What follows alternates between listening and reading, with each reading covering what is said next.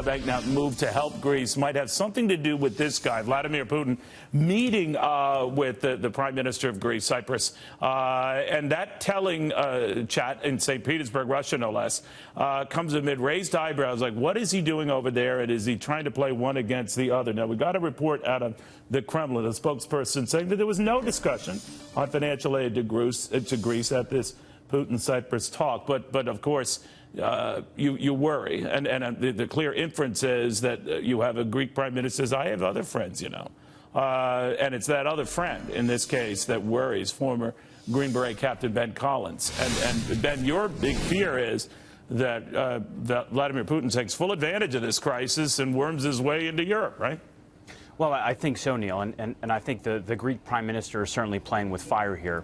You know, even if they do go to Russia for this cash, the reality is they're still just going to be kicking the default can down the road just by a few months. And I think what's really at stake here for Putin is being able to build a gas pipeline through Greece into Europe, since he's lost the ability because of invasion into Ukraine. Wait a minute there. I'm sorry. So that gas pipeline extension that both countries really want to do, that both would pay for it, I guess now Russia would pay for more of it.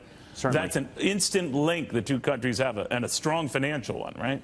It certainly, but as I think John said in the last segment, the reality is if Greece does exit, they're going to have to transition back to the drachma, perhaps, right? But it's going to be so devalued that imports are going to skyrocket, and the Greek people, I think, are going to be punished for that. But so what if Greece? Here's what I worry about. I guess what some of these countries over there worry about, that Greece just, tips so far to the left, it goes into almost becoming like a Russian satellite state, and that it is no longer part of greater Europe in the NATO frame of things. What do you think of that? Well, it's a great comment, because I think the reality here is there's some posturing that's taking place, and then there's something that's actually feasible.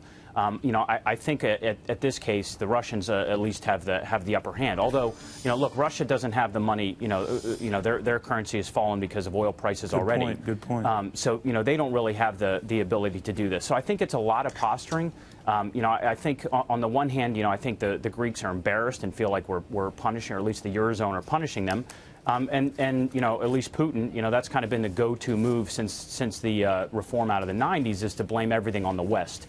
And as we discuss moving military assets closer in Europe, and NATO is starting to stand up, yes. And that's why I think Putin said just in the last couple of days he's planning to expand their intercontinental ballistic missiles by at least 40. So there's a lot of posturing going on, to be honest, Neil. But and leveraging there this, is. right? Yeah.